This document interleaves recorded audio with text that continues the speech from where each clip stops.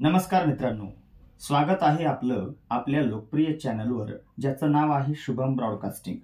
वीज उद्योगातील महत्त्वाच्या घडामोडी, EPS 95 संदर्भातील महत्त्वाच्या बातम्या व अपडेट्स असलेले व्हिडिओ आपल्या चॅनलवर येत असतात। आजचा व्हिडिओ महावितरण कंपनीच्या विनंती बदलीसाठी अर्ज करण्याच्या व तो निकालात काढण्याच्या नवीन पद्धती बाबतीत आहे। परिपत्रक 667 नुसार जे काही नवीन बदल करण्यात आले त्याबद्दलची सविस्तर माहिती जाणून घेऊया। आपण जर चॅनलवर नवीन असाल तर चॅनल सबस्क्राइब करा, बेल आयकॉन प्रेस करा, आपले बहुमूल्य मत कमेंट सेक्शन मध्ये नोंदवायला विसरू नका। व्हिडिओ जास्तीत जास्त कर्मचाऱ्यांपर्यंत शेअर करा। चला तर सुरू करूया आजचा व्हिडिओ।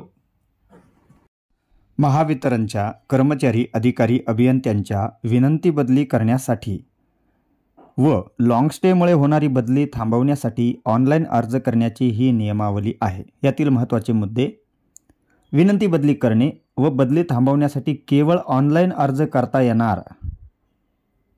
अर्ज करण्यासाठी केवळ 15 दिवसांचा कालावधी राहणार। याची सुरुवात दरवर्षी 15 मार्चला होणार तर शेवटचा दिनांक 31 मार्च राहणार। दरवर्षी 7 एप्रिलपर्यंत अर्जांची छाननी म्हणजेच व्हेरिफिकेशन होणार। भरलेला अर्ज मागे घेणे किंवा रद्द करण्यासाठीचा अंतिम दिनांक 15 एप्रिल राहणार। आता परिपत्रक पाहूया। तर मित्रांनो, ही आहे प्रशासकीय परिपत्रक क्रमांक 667 13 मार्च 2024 रोजी हे निघालंय।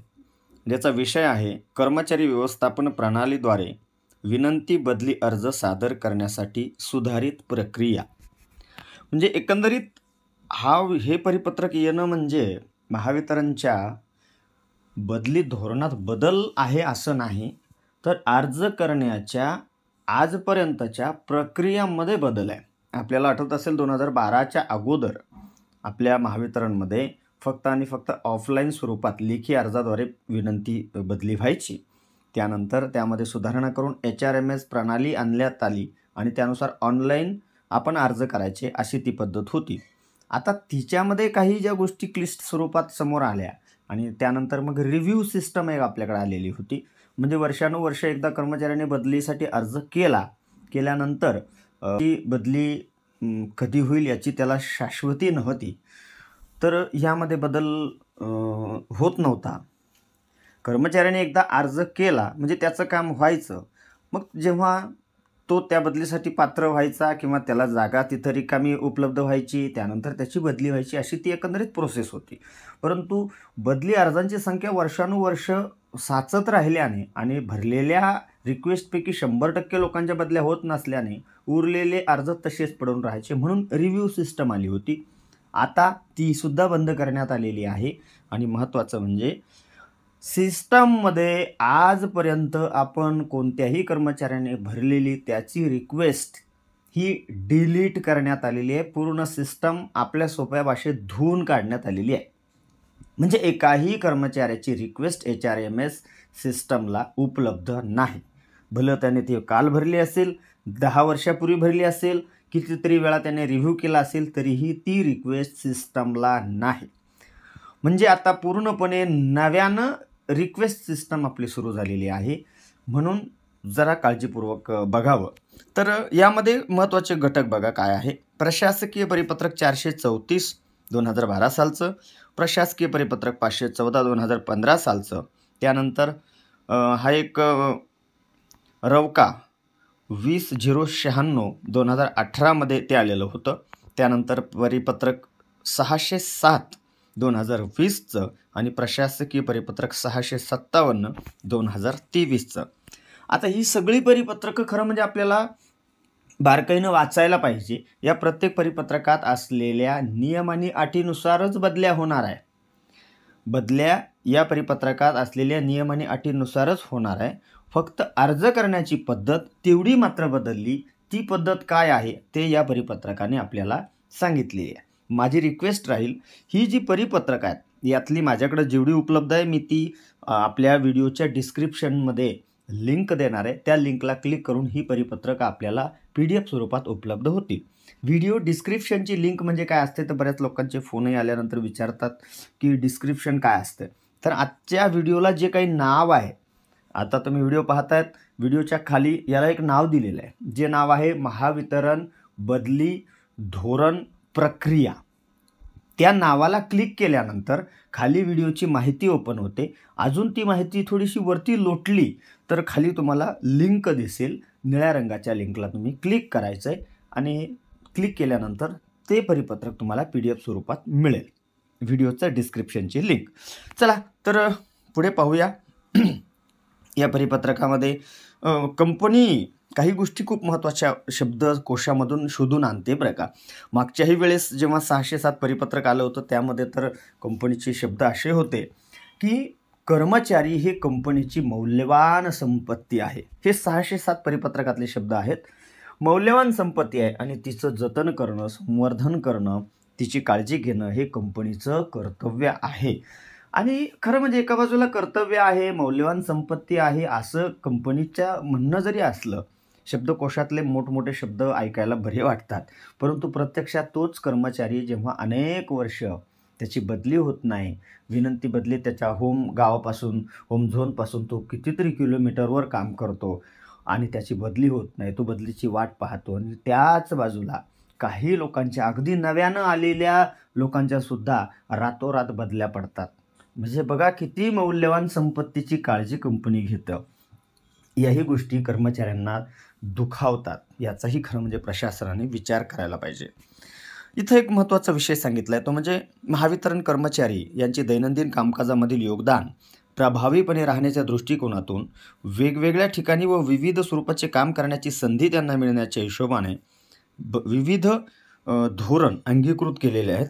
तसेच वैयक्तिक कारणास्तव काही विशिष्ट ठिकाणी काम करता यावं म्हणून विनंती बदलीचाही विचार करण्यात आला आहे. तर त्यासाठी 514 सर्क्युलर आहे, हे आपण सविस्तर वाचून घ्या. 514च्या सर्क्युलरमधील धोरणात कुठलाही बदल करण्यात आलेला नाही. बदली कशी होणार तर नक्कीच 514 परिपत्रक 434 आणि त्यानंतर 607 जे काही परिपत्रक आहे त्या परिपत्रकानुसारच बदल्या होणार आहे. मग आजच्या परिपत्रकाचा नेमका अर्थ काय? कालपासून खूप फोन सुरू झाले, त्यामुळं खरं म्हणजे हा व्हिडिओ बनवत आहे. तर यांनी असं सांगितलं आहे की इथून पुढे अर्ज करण्याच्या पद्धतीमध्ये आम्ही बदल करत आहोत आणि त्या मार्गदर्शक सूचना काय आहेत तर त्या एम्प्लॉय पोर्टलवर आपल्याला अर्ज करताना दिसणार आहे. तर कर्मचाऱ्याने करावयाची कारवाई, ज्या कर्मचाऱ्याला विनंती बदली पाहिजे त्याने काय काय करायचे बघा. तर पहिलं, जेव्हा तो रिक्वेस्ट भरायला जाईल तर त्या ठिकाणी त्याला 2 ऑप्शन दिसणार आहेत. याचा आपण सविस्तर व्हिडिओ लाईव्ह डेमोसहही याच्या शेवटला देणार आहोत. तुम्ही हा व्हिडिओ कंटिन्यू शेवटपर्यंत बघावा. व्हिडिओ जरी मोठा झाला तरीही बघावा. आणखी म्हणजे प्रत्येक सेक्शनला, सबस्टेशनला किंवा काही असे कर्मचारी असतात सहसा संघटनांचं काम करतात किंवा त्यांच्यावर बाकीच्यांचा विश्वास असतो, मग ती मंडळी त्यांना विचारून रिक्वेस्ट भरत असतात. तर कोणालाही चुकीची माहिती जाऊ नये हाच प्रमुख उद्देश आहे. कोणालाही चुकीची माहिती जाता कामा नये. म्हणून ज्यांना इतरांना माहिती सांगायची त्यांनी परिपूर्ण माहिती मिळवावी अशी माझी एक विनंती राहील. तर संगणक प्रणालीमध्ये तुम्हाला सुरुवातीला 2 ऑप्शन दिसतील. पहिला ऑप्शन आहे बदलीपासून सूट मिळणे आणि दुसरा ऑप्शन आहे विनंती बदली. आता बदलीपासून सूट कोणाला मिळणार आहे तर बदलीपासून सूट फक्त त्यांना मिळणार आहे ज्यांचे पाल्य 12वीत आहे, ज्यांच्या घरी काही वैद्यकीय प्रॉब्लेम आहे, त्यामुळे त्यांना तिथंच काम करायचं, इतर ठिकाणी जायचंच नाही आहे. ओव्हरस्टेमध्ये ते आलेले आहेत परंतु आता त्यांची बदली होणार आहे अशी कंडिशन आहे. तर तिथं ते या गोष्टीत त्यांना हे दाखवावं लागेल की मला सूट हवी आहे. अजून एक विषय आहे, मध्यंतरी RD संभाजीनगर यांनी परिपत्रक काढलं होतं GMD साहेबांनी. तर ते असं त्यात म्हणतात, एखादा कर्मचारी तिथं आहे आणि तो कंपनीचं चांगलं काम करत आहे तर त्याचं तिथं राहणं हे जर कंपनीच्या फायद्याचं आहे तर त्यालासुद्धा विनाकारण हलवून त्याला डिस्टर्ब करू नका किंवा कंपनीचंही नुकसान करू नका. तर अशा कंडिशनचाही फायदा ज्या कर्मचाऱ्यांना घ्यायचा आहे त्यांनी बदलीमधून सूट पाहिजे ह्या ऑप्शनला क्लिक करायचं आहे आणि त्याची सबळ कारणं तुम्हाला तिथं जोडायची आहे.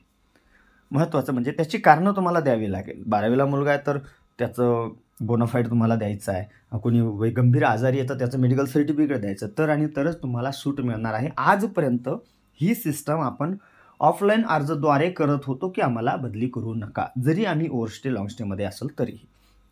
चला दुसरा पर्याय काय आहे तर विनंती बदली. तर या 2 पैकी एक तुम्हाला निवडायचा आहे तर आणि तरच तुमचा जो ॲप्लिकेशन ID नंबर आहे तो जनरेट होणार आहे. आता विनंती बदली या विकल्पासाठी कर्मचाऱ्याकडे एकूण 6 पर्याय उपलब्ध असतील. त्यापैकी 3 पर्याय विनंती बदलीचे ठिकाण 1 साठी आणि 3 पर्याय विनंती बदलीचे ठिकाण 2 साठी उपलब्ध असतील. इथं थोडं कन्फ्युजन होऊ शकतं. कर्मचाऱ्याने या 2 प्रकारच्या बदलीच्या ठिकाणापैकी किमान एका ठिकाणासाठी एक पर्याय निवडणं आवश्यक आहे. म्हणजे तुम्हाला बदलीचं ठिकाण 1 मध्ये 3 ऑप्शन भरायचे, त्यातलं एक तरी भरावंच लागणार आहे आणि बदलीचं ठिकाण 2 मध्ये 3 ऑप्शन आहे, त्यातलं एक तरी भरावंच लागणार आहे. म्हणजे दोन्हीकडे रिक्वेस्टसाठी तुम्हाला निदान 2 ऑप्शन भरावे लागणार आहे. पुढं ते असं म्हणतात, अर्जामध्ये सर्व सूचनांप्रमाणे विनंती बदली अर्जातील सर्व तपशील अचूकपणे भरणं आवश्यक आहे. ते तर आहेच. प्रत्येक कर्मचाऱ्याने अर्जामध्ये दिलेल्या दस्तऐवजाच्या सूचीनुसार संबंधित आवश्यक कागदपत्रे अपलोड करावी आणि परिपत्रक 607 मध्ये नमूद केलेल्या गट 1 ते 4 अंतर्गत विनंती केलेल्या कारणास पुष्टी करणारे असावी. आता 1 ते 4 हे जे काही गट आहेत हे आहे आपल्या रिक्वेस्टचे, की कुठल्या स्वरूपात. 3 नंबरचा गट होता, म्हणजे 1 नंबरचा गट आहे तो वैद्यकीय कारण असतो. 4 नंबरचा गट होता इतर कोणतंही कारण, म्हणजे माझी इच्छा आहे, मला इथं नाही काम करायचं, दुसरीकडे जायचं, तर त्यासाठी आहे. 3 नंबरचं जे गट होता तो गट फक्त आणि फक्त अतिदुर्गम भागात काम करणारे केलेले कर्मचारी, करत असलेले कर्मचारी. दुसरा ज्यांनी फ्लाइंग स्क्वॉडमध्ये म्हणजे नेहमी फिरतीवरच्या ड्युट्या केल्या त्यांच्यासाठी 3 नंबरचा तो गट आहे. तर त्यात आपण कोणत्या गटात मोडतो, आपली रिक्वेस्ट त्या हिशोबाने आपण भरतोय, तर त्या गटाला आपला अर्ज किती पर्सेंटनं व्हॅलिड आहे हे सिद्ध करणारं कागदपत्र आपल्याकडं असलं पाहिजे. पुढं ते असं म्हणतात, बदली अर्जात नमूद केलेला गट 3चा पर्याय जसं मी आत्ताच सांगितलं, तर फ्लाइंग स्क्वॉड आणि तुमच्या याच्यामध्ये अतिदुर्गम भागात काम केलं त्यांच्यासाठी आहे.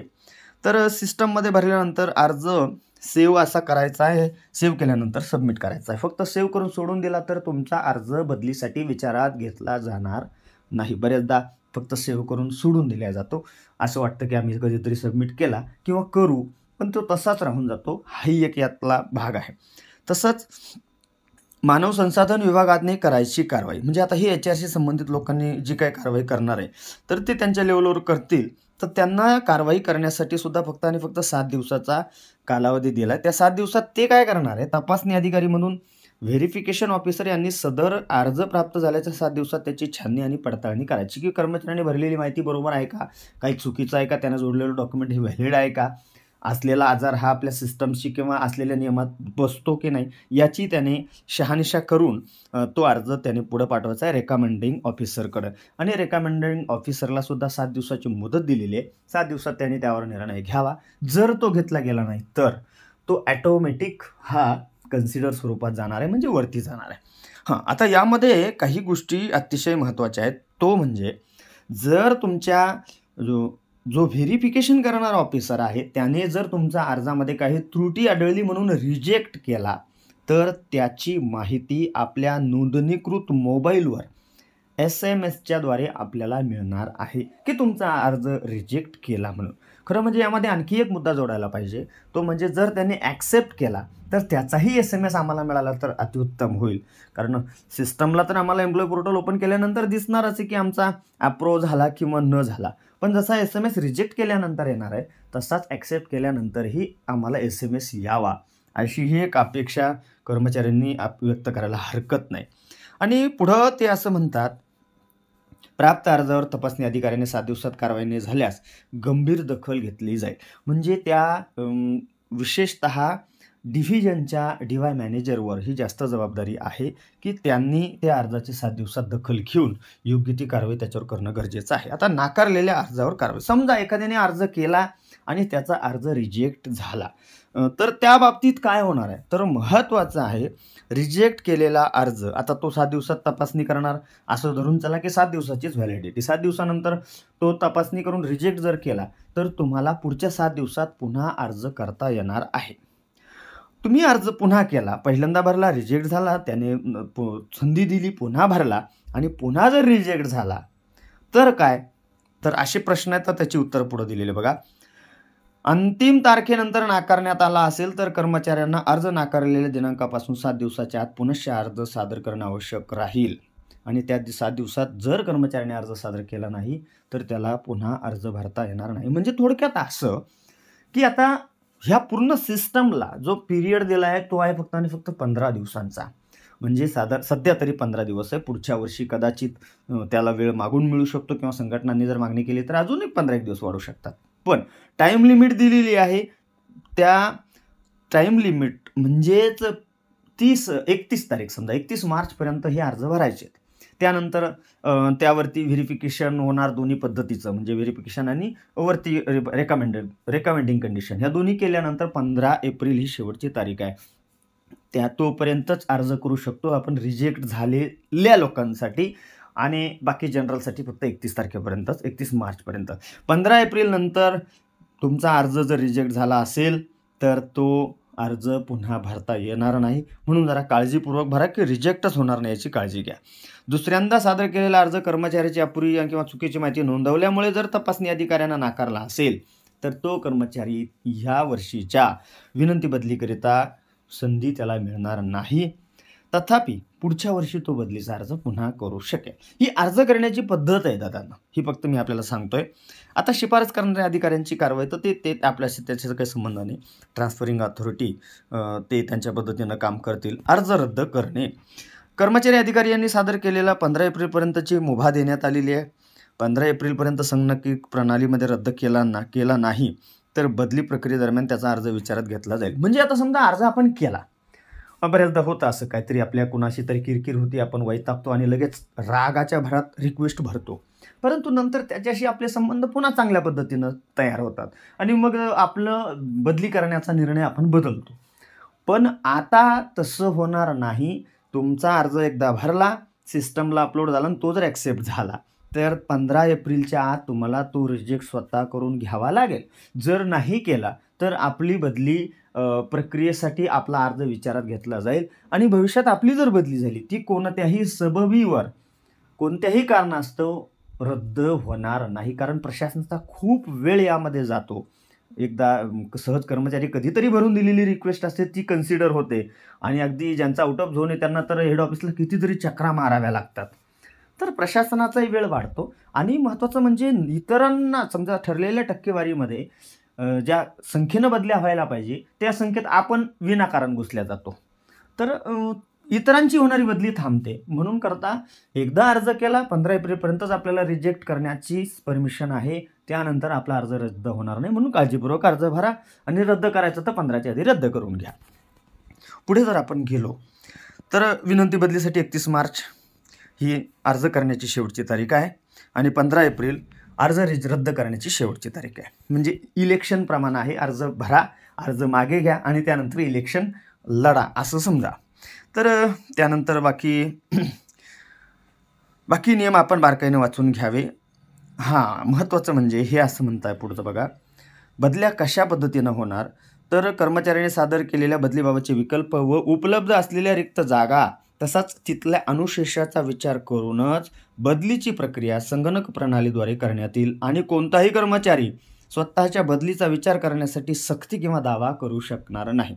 म्हणजे काही गोष्टी त्यांनी त्यांच्या हातात ठेवलेल्या आहेत. तुम्ही अर्ज जरी केले, तुमचं तेवढंच काम आहे म्हणजे कर्मचाऱ्यांचं की त्यांनी अर्ज करायचे, बदल्या करायचे की न करायचे हे आम्ही तिथला अनुशेष, रिक्त पदं आणि उपलब्ध विकल्प, तुम्ही भरलेले विकल्प, ह्या सर्वांचा ताळमेळ करून जर बदली होण्यास पात्र असाल तर तुमची बदली होऊ शकते. सर्व संबंधितांना विनंती आहे की एम्प्लॉय पोर्टलद्वारे आपण आपले अर्ज भरायचे आहेत. तसंच जर काही ना अडचण आली तर कारण आता याला व्हॅलिडिटी लिमिटेशन फक्त 15 दिवसाची आहे. मग अशा वेळेस एखाद्याला काही प्रॉब्लेम आला तर त्यांनी काय करायचं तर परिमंडळीय स्तरावर तक्रार निवारण अडचणीचा प्रकरणनिहाय तपशील स्क्रीनशॉट त्याचा काढायचा आहे आपण एम्प्लॉय पोर्टलचा आणि इथं मेल ID दिलेला बघा, mscdclotm@gmail.com या मेलवर सांघिक कार्यालयाला पाठवावा, जेणेकरून त्यावर त्वरित उपचार म्हणजे काहीतरी विलाज करतील आणि जेणेकरून आपल्याला रिक्वेस्ट भरता येईल. महत्त्वाचं म्हणजे आता बरेचसे असे शब्द असतात ज्याचा धोरणात्मक अर्थ, अन्वयार्थ, मतितार्थ, स्पष्टीकरण हे मराठी भाषेमध्ये स्पष्ट होत नाही. जरी आपण मराठी भाषिक असलो तरी तर काही शब्दांचा अर्थ काढण्यासाठी इंग्रजी भाषा वापरली जाते. इथं तेच सांगितलेलं आहे की अशा कंडिशनमध्ये केसमध्ये आम्ही फक्त आणि फक्त इंग्रजी भाषेतील पत्र जी प्रत आहे ती ग्राह्य धरू आणि याच्यामध्ये रिक्वेस्ट अर्ज भरताना आता एकूण 4 पेजेस ओपन होणार आहेत.